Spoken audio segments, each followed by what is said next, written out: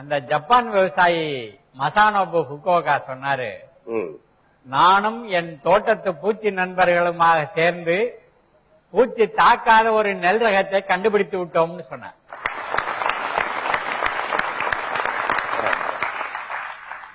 நிறைய பூச்சிகள் அவருடைய பயிர்ல இருக்கிற கதிரெல்லாம் தின்ன போது அந்த பூச்சிகள் திங்காத கதிர் 2 இருந்தது. அளவைகளை எடுத்து அதை கசக்கி அதை காய வச்சு பாதுகாத்து மறுபடியும் விதைச்சு அவன் ஒரு விதைய உண்டு பண்ணான். அப்ப எதை வச்சு உண்டு பண்ணான்? அந்த பூச்சிகள் அடையாளம் காட்டின இந்த கதிர்கள் பூச்சி தாக்காத ரகங்கள். ஆந்திராவில 3000 விவசாயிகள் பருத்தி பயிர் பண்ணியிருந்தாங்க. அந்த பருத்தி காய அமெரிக்க காய்ப்புழு தின்னுது. அமெரிக்க காய்ப்புழுவுக்கும் இந்திய காய்ப்புழுவுக்கும் கொஞ்சம் வித்தியாசம் இருக்கு. பருத்தியில இந்திய காய்ப்புழு என்ன செய்யுது, அந்த பருத்தி காய்க்குள்ள ஒரு உற்பத்தியாகி 4 அறையில 1 அறையை மட்டும் சாப்பிட்டு பஞ்சு வெடிக்கும் போது அது பறவையா வெளியில வருது. ஆனா அமெரிக்க காய்ப்புழு பாதி உடம்ப வெளியில வச்சுக்கிட்டு பாதி உடம்ப மட்டும் காய்க்குள்ள விட்டு எல்லாத்தையும் தின்னுட்டு அடுத்த காயை திங்கிறதுக்கு போகுது. இந்த காய்ப்புழுவை எந்த நஞ்சையும் தெளித்து கட்டுப்படுத்த முடியாத அந்த 3000 விவசாயிகள் வீட்டுல மிச்சம் வச்சிருந்த அந்த நஞ்சை எடுத்து குடிச்சாங்க. அவங்க செத்து போயிட்டாங்க. இவைகள் பூச்சிக்கொல்லிகளே இல்ல, இவைகள் ஆட்கொல்லிகள். பூச்சி சாவல. ஆனா நம்ம சாப்பிடக்கூடிய நெல்லு நஞ்சாச்சு, கோதுமை நஞ்சாச்சு, தக்காளி நஞ்சாச்சு, கத்திரிக்காய் நஞ்சாச்சு, வெண்டைக்காய் நஞ்சாச்சு, நம்முடைய திராட்சை பழம் நஞ்சாச்சு, ஆரஞ்சு பழம் நஞ்சாச்சு. நஞ்சுகளையே சாப்பிட்டு நாமெல்லாம் அளப்பரிய நோய்களுக்கு ஆளாகி மருந்து கடைகள்ல நம்ம சம்பாதிச்ச பணத்தெல்லாம் செலவழிக்கிறோம். மருத்துவமனைகள்ல போய் படுத்துக்கிறோம். நம்ம சாவரவர்களும் நோயாளிகளாவே இருக்கிறோம். இந்திய மக்கள் தொகை எக்கேடு கேட்டாலும் பரவாயில்லை, எனக்கு லாபம் வேணும்னு நினைச்ச அந்த முதலாளிகளுடைய லாபத்தை அதிகரிப்பதற்காகவே இவைகள் பூச்சிக்கொல்லிகள் என்ற பெயர்ல விற்கப்படுகிறது.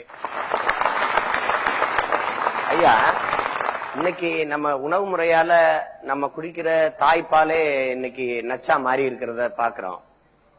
இந்த மாதிரி நமக்கு இந்த நம்மளுடைய மண் வளம் இன்னைக்கு மலடாகி போயிருக்கிறதுக்கு காரணம் என்னங்கய்யா?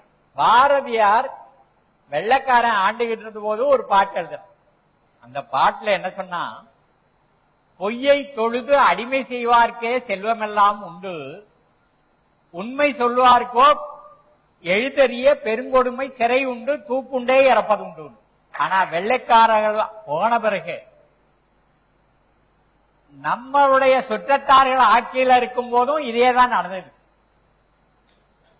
கடந்த 66 ஆண்டுகளாக பொய்யையே தொழுது எவன் அடிமை செய்யறானோ அவனுக்கே செல்வம் எல்லாம் சேர்ந்துகிட்டே இருக்கு.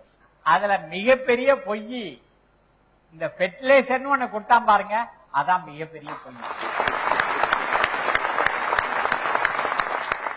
பச்சை புரட்சி வேணும்னு அன்னைக்கு உணவு அமைச்சரா இருந்த சி சுப்பிரமணியம் சொல்லும் போது பிரதம மந்திரிக்கு பக்கத்துல இருந்த செக்ரட்டரி சொல்லி இருக்கிறாரு, எதுக்குங்க அதெல்லாம் வேணும், நம்ம கையில போதிய அளவு பணமும் இல்ல, கடன் வாங்கி இதெல்லாம் எதுக்கு இறக்குமதி பண்ணணும், ஒவ்வொரு விவசாயிக்கும் 1 கிலோ அகத்தி விதை கொடுத்தா போதும்னு சொல்லி இருக்கிறார்.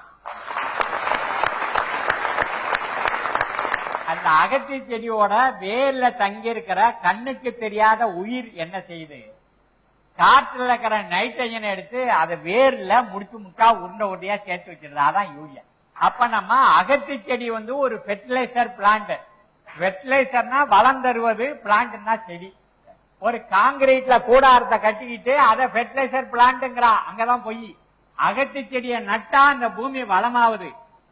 யூரியாவையோ டிஏபியோ மண்ணில் போட்டா அங்க இருக்கிற உயிரெல்லாம் சாவுது. அது ஸ்டெரிலைசர், இருக்கிற உயிரை கொள்றது. ஸ்டெரிலைசரை ஃபெர்டிலைசர் தலையில கட்டினா பாருங்க, அந்த மாயத்துல மயங்கி நம்ம எல்லாத்தையும் இந்த பூமியை சாவடிச்சா இந்த நாட்டில் இருக்கிற மக்கள் அத்தனை பேரையும் தனக்கு அடிமையாக்கிட முடியும் அப்படின்னு அமெரிக்க பன்னாட்டு கம்பெனிகள் நினைக்குது. இங்க இருப்பவர்கள் அவர்களுக்கு ஏஜென்ட் வேலை பார்க்கறாங்க. ஆகையினால நம்ம எல்லாத்தையும் இழந்துட்டோம்.